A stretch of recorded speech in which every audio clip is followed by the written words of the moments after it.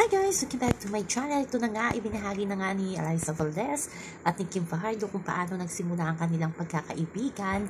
Ito na nga, grade 5 pa lang pala sila ay magkaibigan na silang dalawa. Isang school lang sila sa Batangas at magkasama silang pumunta ng Manila para sa University of Santo Tomas sila doon nakilala. At ito nga nakakatawa, si Kim daw talagang nakuha pero si Venom Eliza Valdez ay talagang nag-presentay daw na siya din daw ay gusto niyang pumunta ng Manila. O diba, iba talaga yung kapalaran, di natin alam ang kapalaran.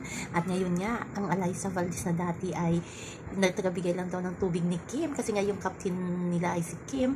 Ngayon ay isang kilala na sa Pilipinas at hinahangaan ng maraming tao, lalo na ng mga kabataan pagdating sa larangan ng volleyball. Kaya hindi natin talaga alam kung ano talaga yung kapalaran natin.